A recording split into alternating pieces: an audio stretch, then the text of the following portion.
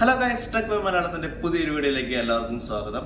Oil and gas ഫീൽഡിലെ ഏറ്റവും പ്രധാനപ്പെട്ട ഒരു ജോബായിട്ടുള്ള വൺ ഓഫ് ദ ഫേമസ് ജോബായിട്ടുള്ള WPR ജോബിനെ കുറിച്ചിട്ടാണ് ഞാൻ ഇന്നത്തെ വീഡിയോയിലൂടെ പറയാനായിട്ട് പോകുന്നത്.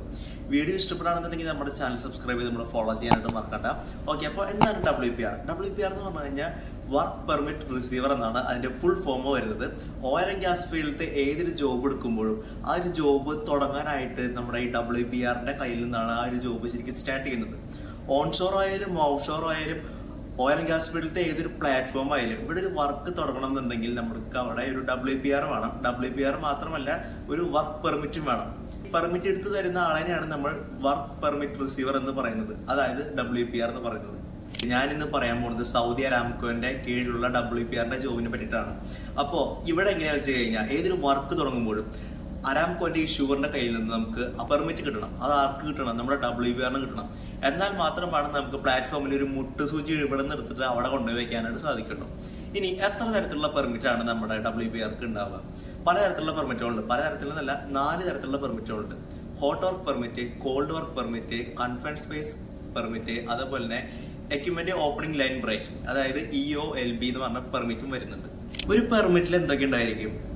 അതായത് ഇഷ്യൂർ സൈൻ ചെയ്ത് തരുന്ന നമുക്ക് WPR കയ്യിൽ കൊടുക്കുന്ന ഒരു പെർമിറ്റിൽ ശരിക്കും എന്തൊക്കെ ഉണ്ടായിരിക്കും അതൊന്ന് നോക്കാം. അതായത് ഡേറ്റ് ഉണ്ടായിരിക്കും, അതേപോലെ ടൈം ഉണ്ടായിരിക്കും, ഇന്ന ടൈം മുതൽ ഇന്ന ടൈം വരെ, സ്റ്റാർട്ടിങ് ടൈമും ക്ലോസിങ് ടൈമും, നമ്മൾ ചെയ്യുന്ന വർക്കിന്റെ എന്തൊക്കെ തരത്തിലുള്ള ഹസാർഡ്സ് ഉണ്ടായിരിക്കും, ആക്സിഡൻസ് ഉണ്ടായിരിക്കും, അതേപോലെ തന്നെ എന്തൊക്കെ അൺസേഫ് ഉണ്ടായിരിക്കും. അപ്പൊ ഇതിനെതിരെ നമ്മൾ പ്രിക്കോഷൻസ് ഒക്കെ ആയിട്ട് എന്തൊക്കെ കാര്യങ്ങൾ എടുത്തിട്ടുണ്ട് എന്നുള്ള ആ ഒരു പ്രിക്കോഷൻസ് ഒക്കെ ഇതിൽ കൊടുത്തിട്ടുണ്ടാവും ഈ പെർമിറ്റിൽ.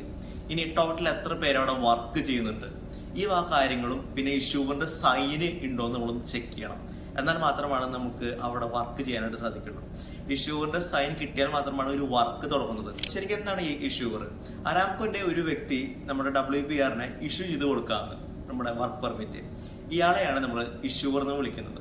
ഇഷ്യൂവർ ഇഷ്യൂ ചെയ്ത് തന്നിട്ടുള്ള ഈ പെർമിറ്റ് ഉണ്ടല്ലോ, ഈ പെർമിറ്റിൽ പറഞ്ഞ പോലെ കാര്യങ്ങളല്ലാതും നമ്മുടെ വർക്ക് ലൊക്കേഷനിൽ നടന്നിട്ടുണ്ടായിരിക്കണം കേട്ടോ. പിന്നെ വേറൊരു കാര്യം ഞാൻ പറയാൻ വിട്ടുപോയി, നമ്മുടെ പെർമിറ്റിൽ ലൊക്കേഷൻ ഇപ്പോൾ ഇവിടം മുതൽ ഇവിടം വരെയാണ് ലൊക്കേഷൻ എന്നുണ്ടെങ്കിൽ അവിടം വരെ മാത്രമേ നമ്മൾ വർക്ക് ചെയ്യാനായിട്ട് പാടുള്ളൂ.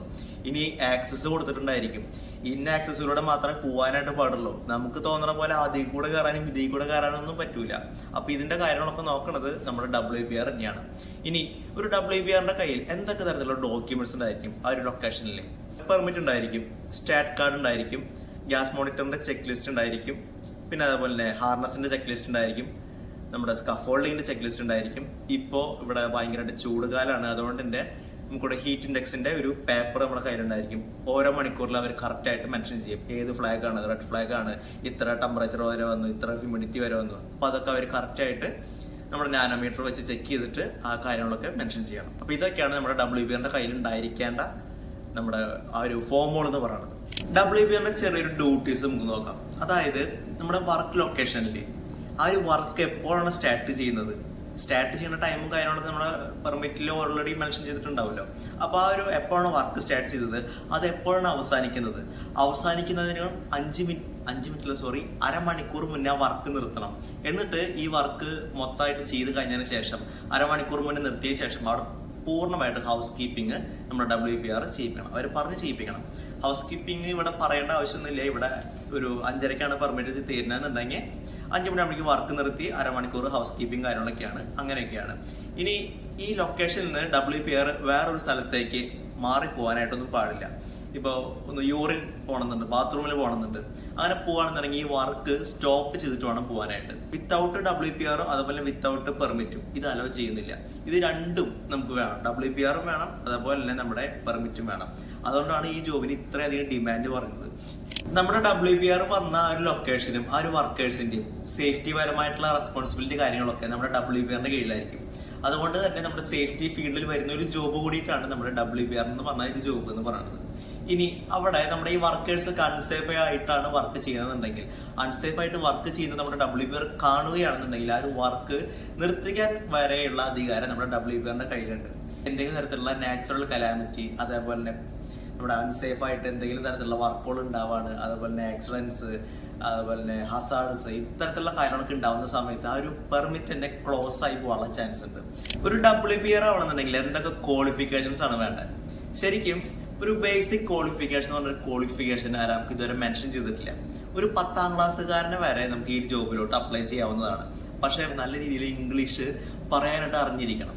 നമുക്കൊരു തേർഡ് പാർട്ടി എക്സാം ഉണ്ടായിരിക്കും. ഇതിന് മുന്നേ ആയിട്ട് നമുക്കൊരു 3 ദിവസത്തെ ക്ലാസ് ഉണ്ടായിരിക്കും, 3 ദിവസത്തെ അല്ലെങ്കിൽ 1 മാസത്തെ ക്ലാസ് ഉണ്ടായിരിക്കും. ഇത് പഠിക്കാനായിട്ട് നമുക്കൊരു ബുക്കും തരുന്നതായിരിക്കും. ഇത് പഠിച്ചതിന് ശേഷമാണ് നമ്മൾ തേർഡ് പാർട്ടി എക്സാം അറ്റൻഡ് ചെയ്യേണ്ടത്. അങ്ങനെയൊക്കെ കിട്ടിക്കഴിഞ്ഞാൽ ആരാംകോന്റെ അപ്രൂവലും കിട്ടുകയാണെന്നുണ്ടെങ്കിൽ, ആരാംകോന്റെ ഐഡിയും കിട്ടുകയാണെന്നുണ്ടെങ്കിൽ നമുക്കൊരു WPR ആയിട്ട് വർക്ക് ചെയ്യാവുന്നതാണ്. ഇനി എങ്ങനെയാണ് ഈ ജോബിലോട്ട് വരിക? ഇത് ഞാൻ കറക്റ്റായിട്ട് പറയുന്നുണ്ട്. അപ്പോൾ അത് നിങ്ങൾ ഫോളോ ചെയ്യണമെന്നുണ്ടെങ്കിൽ നന്നായി. നമുക്ക് ഒറ്റയടിക്ക് പോയിട്ട് ഒരു WPR ആവാന്ന് വെച്ച് കഴിഞ്ഞാൽ ഇത്തിരി ബുദ്ധിമുട്ടുള്ള കാര്യമാണ്. അത് വിത്തൗട്ട് എക്സ്പീരിയൻസ് ആയിട്ടുള്ള ഒരാൾക്ക്. ഇനി അതല്ല, ആരാംകോന്റെ അപ്രൂവൽ കിട്ടിയുള്ള ഒരാൾക്ക് നമുക്ക് അപ്രൂവൽ എന്ന് കാണിച്ചാൽ മതി. വേറൊരു ഇന്റർവ്യൂ ഉണ്ടാവില്ല ആരാംകോന്റെ കീഴിൽ വരുമ്പോൾ. ഒരു ഫ്രഷർക്ക് എങ്ങനെ അപ്ലൈ ചെയ്യാം അത് നോക്കാം. അതായത് നമുക്ക് ഒറ്റയടിക്ക് പോയിട്ട് WPR ഇന്റർവ്യൂ അറ്റൻഡ് ചെയ്യാം. പക്ഷെ കിട്ടുകയാണെന്നുണ്ടെങ്കിൽ അത് നിങ്ങളുടെ ലക്ക്. ഇനി അറ്റൻഡ് ചെയ്തു എന്നിട്ട് കിട്ടിയില്ല എന്നുണ്ടെങ്കിൽ നമ്മൾ ചെറിയ ഏതെങ്കിലും പോസ്റ്റിൽ വരേണ്ടി വരും. ഫയർ വാച്ചർ ആയിട്ടോ അല്ലാന്നുണ്ടെങ്കിൽ ഹെൽപ്പർ ആയിട്ടോ അങ്ങനെ ഏതെങ്കിലും പോസ്റ്റിലേക്ക് വന്നിട്ട് നമ്മുടെ കമ്പനിയോട് നമ്മൾ പറയുകയാണെങ്കിൽ ഇന്ന ക്വാളിഫിക്കേഷൻസ് ഒക്കെ ഉണ്ട്, പിന്നെ അതുപോലെ തന്നെ എനിക്ക് ഇംഗ്ലീഷ് നന്നായി പറയാനറിയാം, അങ്ങനെയൊക്കെ അവരോട് റെക്കമെൻഡ് നമ്മളൊന്ന് ജസ്റ്റ് നമ്മുടെ സ്കില്ലും കാര്യങ്ങളൊക്കെ ഒന്ന് ജസ്റ്റ് ഒന്ന് അവതരിപ്പിക്കുകയാണെന്നുണ്ടെങ്കിൽ കമ്പനിക്ക് ഇഷ്ടപ്പെടുകയാണെന്നുണ്ടെങ്കിൽ കമ്പനി നമ്മളതിനെ ഈ ഒരു എക്സാമിനെ വിടുന്നതായിരിക്കും. പക്ഷേ ഈ എക്സാമിന് ഇത്തിരി ചിലവുണ്ട്. അതുകൊണ്ട് കമ്പനിയും വിടാൻ ഏറ്റവും മടിക്കും. പക്ഷെ നമ്മുടെ സ്കില്ലും ആ ഒരു എബിലിറ്റിയും കാര്യങ്ങളൊക്കെ അവരെ കമ്പനിയോട് ഒന്ന് കാണിച്ചു കൊടുക്കുക. അങ്ങനെയാണെന്നുണ്ടെങ്കിൽ കിട്ടാനുള്ള ചാൻസ് കൂടുതലാണ്. അല്ലാണ്ട് ഒറ്റയടിക്ക് പോയിട്ട് നമുക്കത് കിട്ടാനായിട്ട് ഇത്തിരി ചാൻസ് കുറവാണ്. പിന്നെ വേറെ കാര്യം വെച്ച് കഴിഞ്ഞാൽ WPRന്റെ ഇന്റർവ്യൂ കാര്യങ്ങളൊക്കെ ഫ്രഷേഴ്സിന് വരുന്നുണ്ട്. പക്ഷെ നമ്മൾ ഇതിന്റെ ഇന്റർവ്യൂ കാര്യങ്ങളൊക്കെ കറക്റ്റായിട്ട് പഠിച്ച് പോവുകയാണെന്നുണ്ടെങ്കിൽ പാസ് ആവുകയാണെന്നുണ്ടെങ്കിൽ നല്ലതാണ്. ഡയറക്റ്റ് കയറുകയാണെന്നുണ്ടെങ്കിൽ നല്ലതാണ്. ഹെൽപ്പറായിട്ടും ഫയർ വാച്ചറായിട്ട് വരുമ്പോൾ ഇത്തിരി ബുദ്ധിമുട്ട് കാര്യങ്ങളൊക്കെയാണ്. ചിലപ്പോഴേ ആയി എന്ന് പറയാൻ പറ്റുള്ളൂ. ഞാൻ പറഞ്ഞു ഹെൽപ്പറായിട്ടും ഫയർ വാച്ചറായിട്ടും വരാമെന്ന് പറഞ്ഞിട്ട് ഇവിടെ വന്നിട്ട് ആ ഒരു കമ്പനിക്കാർ നിങ്ങൾക്ക് WPRന്റെ മറ്റേതെങ്കിലും തരത്തിലുള്ള ജോബുകളൊന്നും തന്നില്ല എന്നുണ്ടെങ്കിൽ അത് എന്നെ പറഞ്ഞിട്ട് കാര്യമില്ല. ഞാൻ വരാൻ പറ്റിയൊരു പോം വഴി നിങ്ങൾക്ക് പറഞ്ഞു തന്നത് മാത്രം. ഓക്കെ, ഇനി WPRന്റെ സാലറി എത്രയാണെന്ന് നോക്കാം. ഒരു WPRക്ക് അപ്രൂവൽ കിട്ടിക്കഴിഞ്ഞാൽ മിനിമം 2500 ബേസിക് സാലറി വരെ നമുക്ക് കിട്ടൂട്ടാ. ബേസിക് ആണ് ഞാൻ പറഞ്ഞത്, അപ്രൂവൽ കിട്ടിയിട്ടുള്ള ഒരു WPRക്ക്. പിന്നെ അവിടെ നിന്ന് പിന്നെ ഇങ്ങനെ മെല്ലെ മെല്ലെ ഇങ്ങനെ കൂടി കൊടുക്കും. ഞാനിപ്പോൾ ഈ പറഞ്ഞ സാലറി ഉണ്ടല്ലോ, കമ്പനി വിസയിൽ വന്ന ആൾക്കാണ് ഈ 2500 കിട്ടുന്നത്. സ്വന്തം വിസയിൽ വരുന്ന ആൾക്കാണെന്നുണ്ടെങ്കിൽ മണിക്കൂറിന് 50 റിയാൽ വരെ വെച്ചിട്ട് നമുക്ക് കിട്ടാനായിട്ട് ചാൻസ് ഉണ്ട് കേട്ടോ. ഓക്കെ, അപ്പോൾ നമ്മുടെ ഇന്നത്തെ വീഡിയോ ഇവിടെ വെച്ച് വൈൻഡപ്പ് ചെയ്യാണ്. വീഡിയോ ഇഷ്ടമായിരുന്നെങ്കിൽ സബ്സ്ക്രൈബ് ചെയ്ത് ഫോളോ ചെയ്യാനായിട്ട് മറക്കണ്ട. പറ്റുകയാണെന്നുണ്ടെങ്കിൽ ഇത് ലൈക്കും ചെയ്യാൻ മറക്കണ്ട. ലൈക്ക് ചെയ്യുകയാണെന്നുണ്ടെങ്കിൽ നമുക്കൊരു മോട്ടിവേഷൻ ആയിരിക്കും. ഓക്കെ, അടുത്തൊരു വീഡിയോയിലോട്ട് കാണാം.